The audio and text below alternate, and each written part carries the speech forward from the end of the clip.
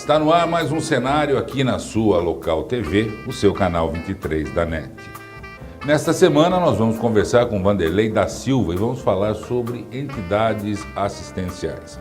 Vanderlei da Silva é gerente do SOS de Sorocaba há 19 anos, presidente da Uniong, presidente do Conselho Municipal de Assistência Social, presidente do Direito do Terceiro Setor da OAB de Votorantim, tesoureiro da Caritas Arquidiocesana de Sorocaba e professor universitário. Vanderlei, é um prazer estar recebendo você aqui no nosso cenário. Eu que agradeço a oportunidade de nós podermos falar um pouco sobre o terceiro setor de Sorocaba, né? E é uma oportunidade muito importante, né, para que as pessoas de fato conheçam melhor, né, o que as organizações de Sorocaba têm feito, né, e o que elas podem fazer.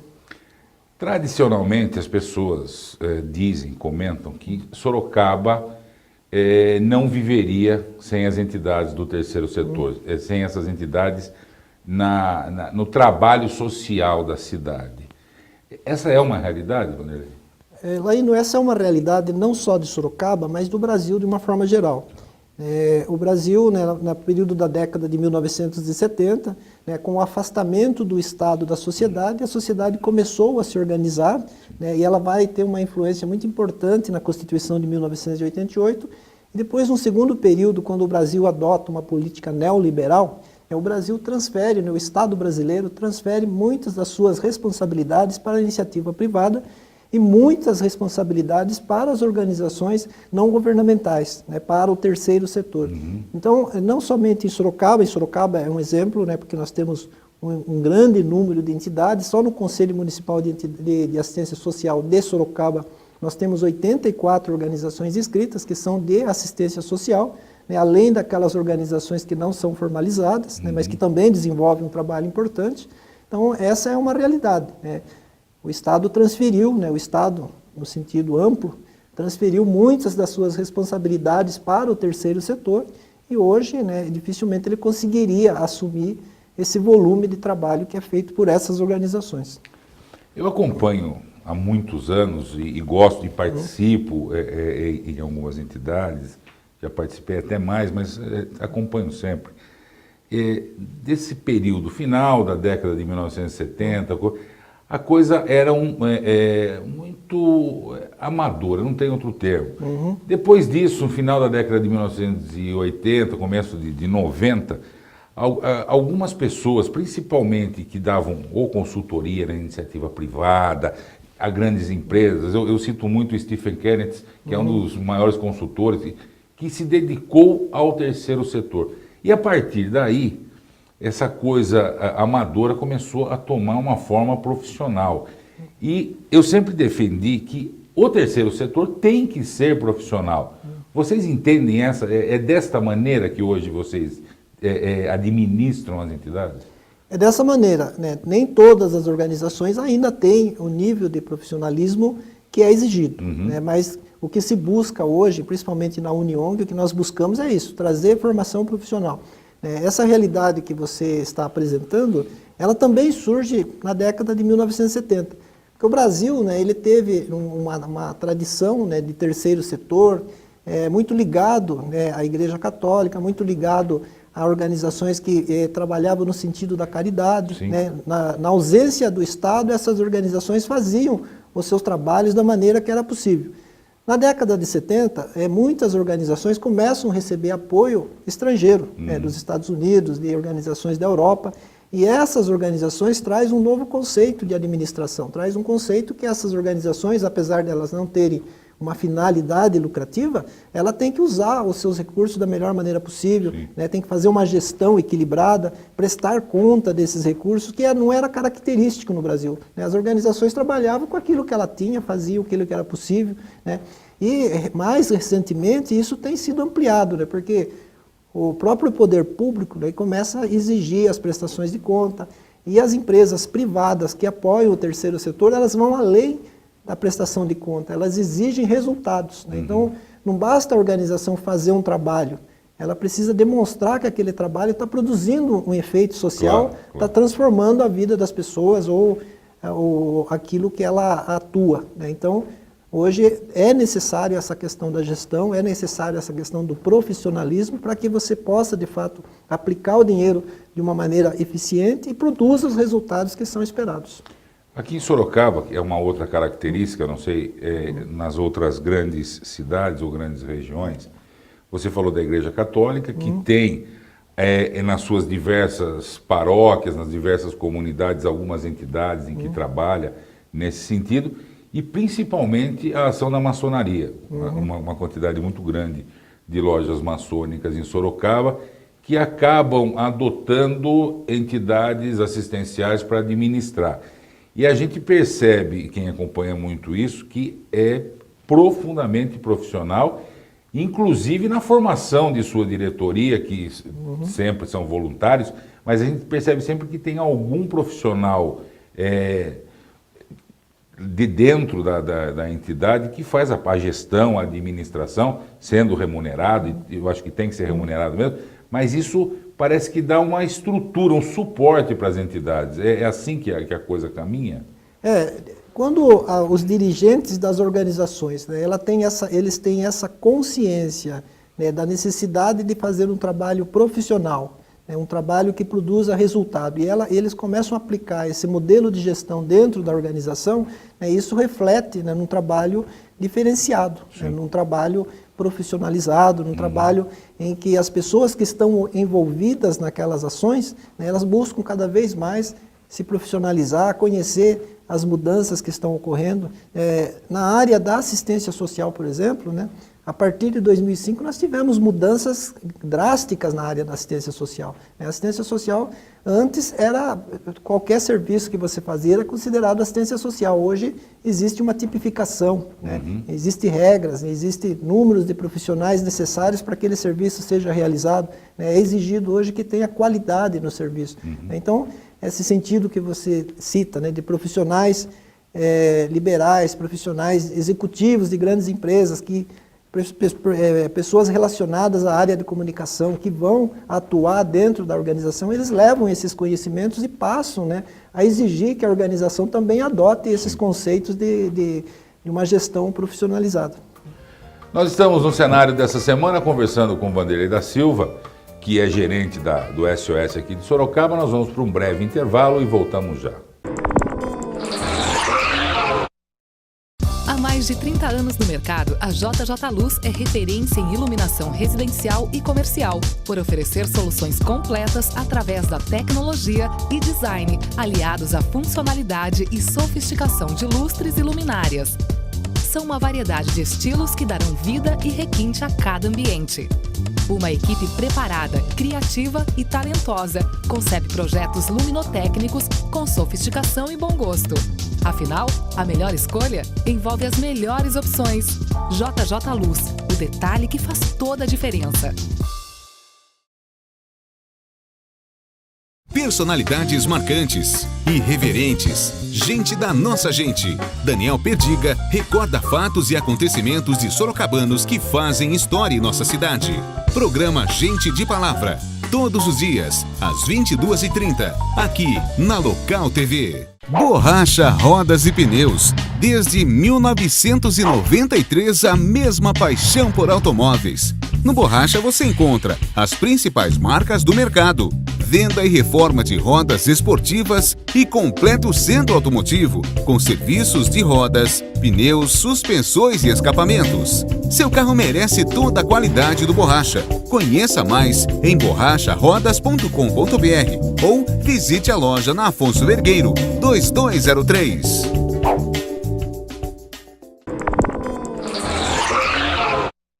Estamos de volta com o cenário desta semana, conversando com o Vanderlei da Silva, que é o gerente do SOS aqui em Sorocaba, e falando sobre entidades assistenciais, organizações não governamentais. A gente, no primeiro bloco, falava mais ou menos como é que é a estrutura dessas entidades, e aqui em Sorocaba, o acesso, o contato de maior volume que a gente percebe da população com as entidades, quase sempre é na Festa Junina Beneficente de Sorocaba, onde diversas entidades montam lá sua barraca, seu estande, fazendo um trabalho muito grande e revertendo aquele lucro para a entidade. Agora, mais recentemente, na festa do Parque Kassato Maru, a festa japonesa, foi um sucesso de arrecadação para as entidades e as pessoas acabam sabendo que existe a entidade. Essas entidades são abertas para as pessoas irem, conhecer. Eu conheço várias e gosto de ir. Vai na Casa do Menor, vai no Lar Escola Monteiro Lobato, no Instituto Humberto de Campos, entidades muito tradicionais e grandes aqui em Sorocaba. As pessoas podem ter esse acesso, Wanderley? Podem. Essas organizações, né, na sua grande maioria, eles até ficam felizes, né, das pessoas conhecerem o trabalho, né, uma oportunidade de divulgação daquele trabalho que eles fazem. Recentemente eu ouvi um grupo de pessoas que trabalham com idosos, né, explicando, né, que a importância que as pessoas façam visita, conversem com essas pessoas, né, não façam perguntas, mas ouçam o que essas pessoas têm para falar. Uhum. Né. Existem algumas situações, né, por exemplo, algumas organizações que trabalham com mulheres vítimas de violência, aí são casos que não podem... Que tem que preservar as pessoas. Tem que preservar, mas a grande maioria, as organizações que trabalham, né, com pessoas em situação de rua, com crianças, com adolescentes, com idosos, né, são espaços abertos que as pessoas podem visitar e isso é muito importante. Porque às vezes a pessoa, o cidadão comum, na cabeça dele, ele até gostaria de trabalhar e ele acha, por exemplo, que ele tem afinidade para trabalhar numa entidade com criança. Mas às vezes a situação daquelas crianças é tão terrível que a pessoa não está preparada. Muita gente fala assim, pô, eu gostaria de ser voluntário no GEPAS, que trata de crianças com câncer. Então, chega lá, aquela realidade acaba destruindo a pessoa, ela não serve para aquilo. Então, o ideal seria conhecer mesmo, participar do dia a dia, para que cada um, para ver onde que ele até poderia ajudar, porque às vezes, e muitas vezes eu já ouvi dizer a algumas entidades, nós precisamos de dinheiro sim, porque com dinheiro que a gente toca, mas a gente precisa de gente, de voluntário, para vir aqui conversar com um idoso na Vila dos Velhinhos, brincar com uma criança. É por aí que a pessoa pode se aproximar?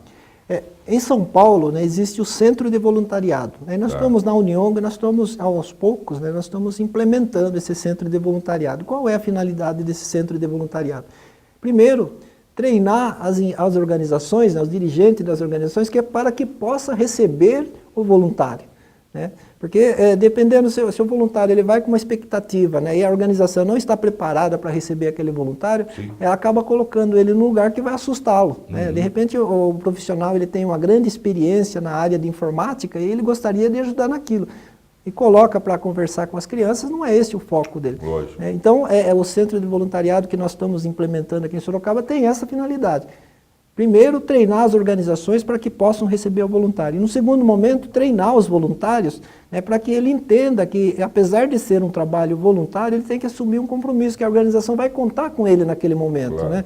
Então, e para que também o potencial, o expertise daquele profissional possa ser aproveitado da melhor maneira possível dentro da organização.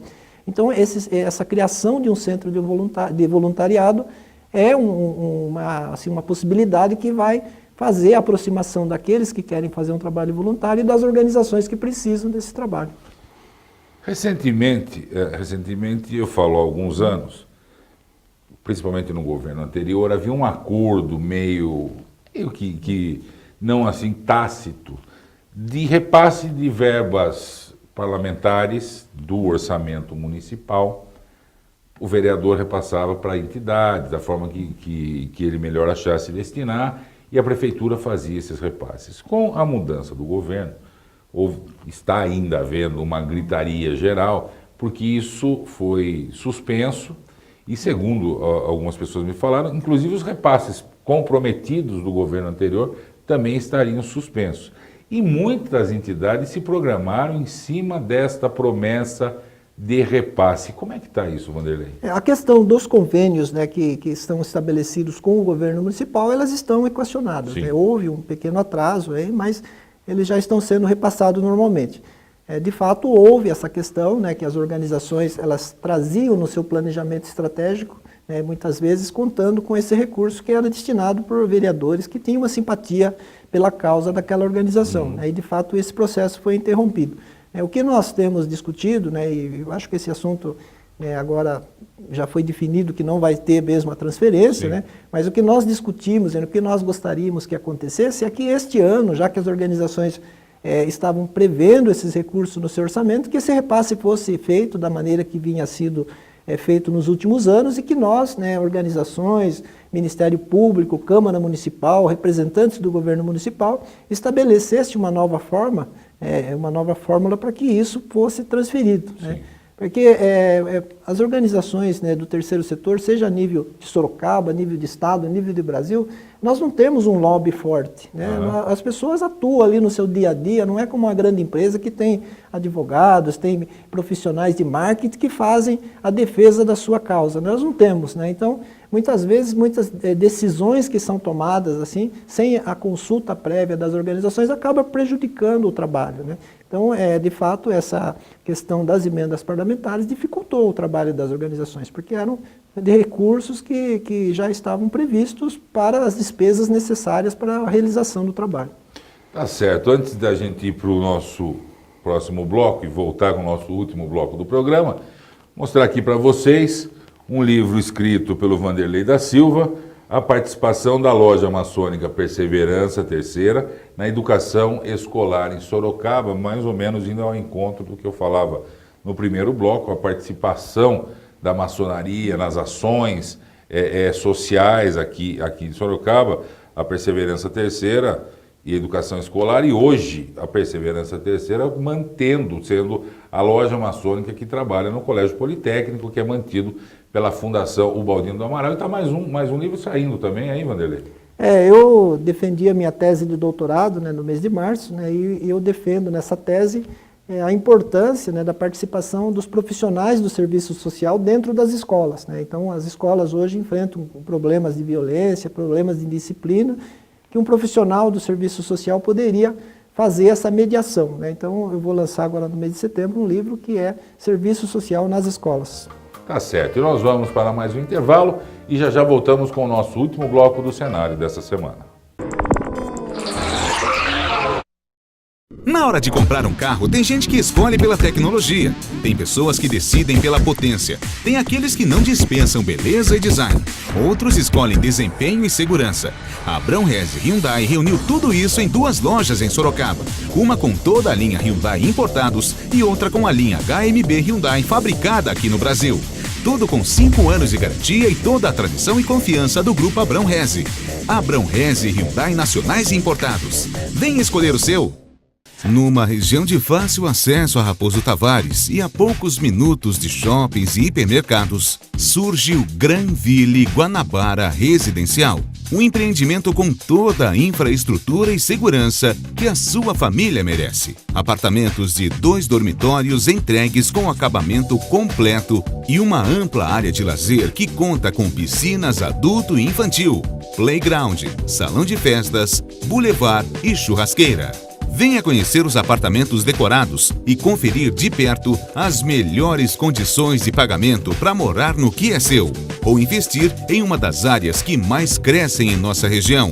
Use o seu FGTS na entrada e aproveite essa oportunidade, pois estamos na última fase de lançamento. E atenção, no mês de agosto, o Granville paga a sua escritura. Mude já! Plantão de vendas na rua Jaziel de Azevedo Ribeiro, 255 em Votorantim. Telefone 3023-2012. Granville Guanabara.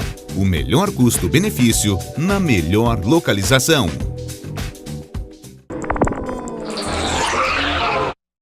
Estamos de volta com o cenário dessa semana, falando sobre assistência social, conversando com o Vanderlei da Silva, gerente do SOS de Sorocaba, professor universitário. Sempre lembrando, você nos assiste aqui no canal 23, mas pode acompanhar toda a programação da Local TV no www.localtv.net.br. Também pode enviar sua crítica, sua sugestão para todos os programas da Local TV. Quando a gente falava da questão do repasse, subvenção, tudo isso, as entidades, eu sei que existem repasses federais, estaduais e municipais. Qual o critério para as entidades receberem esses repasses? Existe, no terceiro setor, as organizações, ou elas são associações, ou elas são fundações. Então, essa é uma primeira classificação jurídica. Essas organizações, elas podem receber titulações. Então, nós temos o título de utilidade pública municipal, que permite que aquela organização faça convênio com o município. Nós temos o título de utilidade pública estadual, que permite que a organização faça com o Estado, e o título de utilidade pública federal, que permite que haja um acordo com o governo federal. A nível de governo federal, hoje ficou bem mais complexo para as pequenas organizações terem acesso a esse dinheiro federal, porque o governo federal ele criou um sistema chamado Sistema de Convênios, que é um sistema online que você preenche, os editais são todos publicados nesse sistema, e você preenche todos os dados, né? E existe, além do título de utilidade pública federal, existe mais uma série de requisitos que são exigidos que pequenas organizações não conseguem cumprir. Então isso gera algumas dificuldades. Além desses títulos, nós temos o título de OCIP, que permite que as organizações estabeleçam um termo de parceria, né, com o município, o Estado. O CIP é uma organização social de interesse público que também atua no terceiro setor. O título de OCIP e o título de OS, que é a Organização Social, são títulos que surgiram nesse modelo neoliberal, né, visando ampliar a possibilidade dessas organizações desenvolverem trabalhos em parceria com o Estado. Então, o título de OCIP ele veio no sentido de que o título de utilidade pública federal, a organização precisaria ter 3 anos de existência para conseguir esse título. O título do OCIP não, a organização, ela estando devidamente regulamentada, ela pode pleitear. E no governo do Estado de São Paulo, o governo do Mário Covas, ele criou o título de organização social, OS, que é um título, né, que permite que a organização não administre apenas recursos do poder público, mas administre próprios, administre equipamentos, né? Então, é possível, por meio desse título, que a organização receba do poder público um hospital, por exemplo, montado. Só para o nosso telespectador entender, Sorocaba tem um exemplo claríssimo disso. A prefeitura acaba de fazer um convênio com o BOS, Banco de Olhos de Sorocaba, para administrar a unidade pré-hospitalar da Zona Leste, que vai funcionar na Nogueira Padilha, inclusive o prédio é da organização social, e toda a administração daquela unidade pré-hospitalar vai ser administrado pelo pessoal do BOS, que já é padrão de referência no hospital oftalmológico, no hospital de otorrinolaringologia, ou seja, é certeza de que a coisa vai dar certo. Mas aí eu preciso também fazer o papel de advogado do diabo. Muita gente fala, mas se o sujeito monta uma organização não governamental, por que ele vive correndo atrás de dinheiro do governo? É a estrutura, né, que foi criada dentro do Estado, né? Então, é uma estrutura antiga que o Estado ele financiava os trabalhos das organizações, né? Então, mas nós que trabalhamos nas organizações, nós entendemos que se nós estamos fazendo algo que deveria ser obrigação do Estado, saúde, educação, assistência social, está previsto na Constituição, que é uma obrigação do Estado. Sim. E muitas vezes nós estamos fazendo esse trabalho. Então, o que nós entendemos que nada mais justo que o Estado pague pelo menos o custo daquele projeto. Tá. Entendemos que as organizações precisam buscar outras fórmulas de recursos para que ela possa manter o seu equipamento, né? Por exemplo... Como buscam mesmo, né? Como buscam mesmo. Então, você citou o exemplo do banco de olhos. Então, a organização ela vai precisar buscar recursos para manter aqueles equipamentos funcionando, para que a estrutura possa ser preservada, mas os custos diretos do atendimento à população, isso nós entendemos que deve ser, de fato, bancado pelo Estado, porque se a organização não fizer esse trabalho, quem vai ter que fazer é o Estado, né? E as pessoas até falam isso, e até por não ter esclarecimento, porque eles falam, o Estado passa dinheiro para esses caras, e falam bem assim, né? E o cara pega esse dinheiro e faz o que ele bem entende. E hoje, salvo o melhor juízo, essas entidades são tão auditadas quanto o próprio poder público, através de Tribunal de Contas, Ministério Público, a renovação de certificado não consegue se não tiver com as contas em dia. É muito complicado para você poder continuar mantendo e tocando a entidade, né? Exatamente, Elaine. O que existe é que algumas organizações, né, acabaram por conta de poucas... Exatamente, acabaram descobrindo alguns meios, né, de fraudar todo esse sistema, e isso gera uma divulgação muito ampla, né, e que acaba refletindo no trabalho daquelas que realizam, né, um serviço sério e dentro da responsabilidade fiscal. Hoje, né, citando o exemplo do governo federal, toda a prestação de conta é feita pelo sistema. Então, você comprou, você tem que demonstrar lá que você fez cotação, apresentar os preços que foram, você conseguiu... O mesmo processo quase licitatório que uma prefeitura. Exatamente. E os recursos que são repassados pelo poder público, o recurso do mês seguinte, ele não é repassado se você não prestou do que você recebeu nesse mês, né? Além disso, dependendo do volume de recursos que a organização movimenta, ela tem a obrigação legal de ter uma auditoria independente, né, que vai atestar aquelas contas, né. Temos também a questão do Tribunal de Contas. O Tribunal de Contas vem na Prefeitura de Sorocaba, né, e vai verificar as contas da Prefeitura e muitas vezes vai na organização, né, levanta lá, olha, essa organização recebeu, vamos ver como é que é isso aí. Então, existem muitos mecanismos de fiscalização, mas infelizmente existem algumas organizações que acabam utilizando de fato o recurso de uma maneira indevida e isso acaba manchando o nome do terceiro setor. E nós podemos falar com certeza muito de Sorocaba e às vezes me incomoda um pouco que o bom trabalho desenvolvido pela imensa maioria das entidades às vezes não é tão divulgado quando uma ou outra, por um deslize, por uma falha, acaba tendo um destaque muito maior entre os meus companheiros de imprensa mesmo, entre a imprensa de uma maneira geral. A gente sabe a qualidade do trabalho da promoção social que é realizado em Sorocaba. Nosso programa está chegando no final e eu queria parabenizar você, como presidente do Conselho Municipal de Assistência Social, pelo trabalho. Nós já trabalhamos juntos lá no SOS e nós sabemos da seriedade do trabalho de vocês, porque realmente uma cidade do tamanho de Sorocaba, criar esta fama de uma cidade solidária só criou porque existem entidades como existem aqui em Sorocaba. Parabéns para vocês, viu, Vanderlei? Aino, eu agradeço imensamente a oportunidade que você concede para que nós estivemos aqui falando sobre o terceiro setor de Sorocaba, né? São oportunidades que nós temos de levar para a população de Sorocaba, né, o trabalho que está sendo feito e que de fato existem pessoas sérias e procurando desenvolver um trabalho sério, profissional e cada vez com resultados melhores. Obrigado pela tua presença, estamos aqui à disposição sempre para divulgar o trabalho de vocês e sucesso no trabalho. Muito obrigado, Laí. E nós vamos ficando por aqui com o cenário dessa semana. Nós conversamos com o Vanderlei da Silva, que é gerente do SOS de Sorocaba, presidente do Conselho Municipal de Assistência Social, entre outras várias coisas, professor universitário. Também falamos sobre entidades assistenciais, organizações não governamentais aqui da nossa cidade de Sorocaba. Eu volto a semana que vem e espero todos vocês aqui comigo. Até lá.